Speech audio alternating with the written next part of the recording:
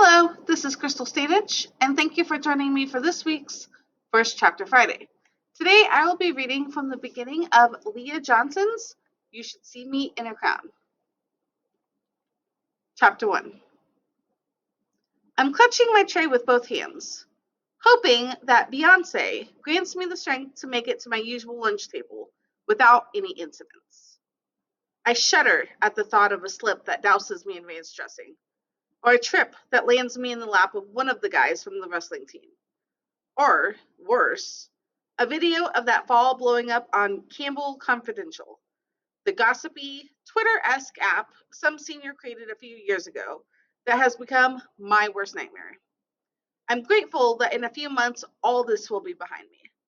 I'll be on my way to Pennington, the best private college in the state, living the life I've always dreamed about, one surrounded by people like me, in a place I fit, on track to becoming a doctor.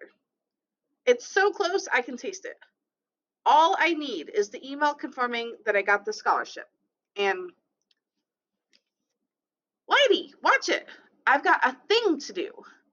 Derek Lawson leans into the word thing, like what he's prepping for is some big mystery as he plants himself directly in front of me.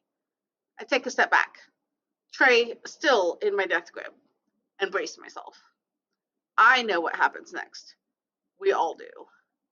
This type of public spectacle is second nature in Campbell this time of year. Before I have a chance to spare myself the very specific torture that accompanies watching a flash mob full of varsity athletes singing and dancing in unison like some sort of value brand boy band, it's already happening. Derek slides across the floor with the type of drama that would make the cast of Hamilton sit up and take notes. He climbs onto the long table where his crew normally sits and points down to his girlfriend and my not-so-secret rival, Rachel Collins. Someone presses play on a speaker somewhere, and that's when it starts. Another freaking promposal. Even though this has been happening at least twice a week since the semester started, I swear one of the freshman girls at the table next to me faints from excitement when Derek begins singing a remixed and prom-themed version of Time of My Life. Her friends are too distracted to even help her up. Prom in Campbell County, Indiana, is like football in Texas. The only difference is we don't get our fanaticism out of our systems every Friday night for months on end.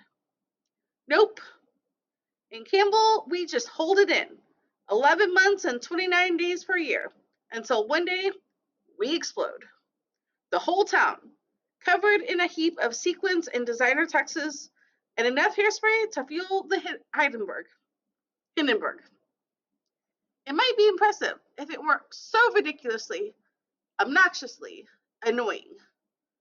You're the one girl I want to go to prom with, Derek is belting at the top of his lungs, and it is certifiably awful.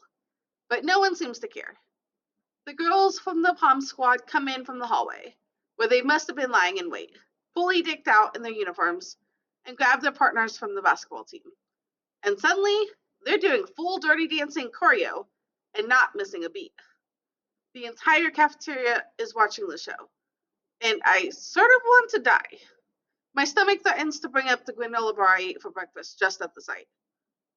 Not only because it's Rachel at the center of the attention again, but because this public of a display of, well, anything really terrifies me. Even when I'm the furthest thing from being involved in it. I mean, everyone is looking at you, watching you, waiting for you to do something worth posting to Campbell Confidential.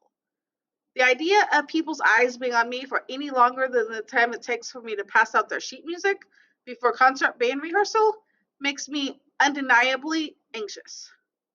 It's why I never ran for class president or auditioned for a school musical and can barely take solos in band without wanting to evaporate. When you already feel like everything about you makes you stand out, it just makes more sense to find as many ways to blend in as you can. And if you would like to know what happens next, you can check this book out on Libby. Please join me here next week as I read from the beginning of Maya Angelou's I Know Why the Caged Bird Sings. Thank you and have a great week.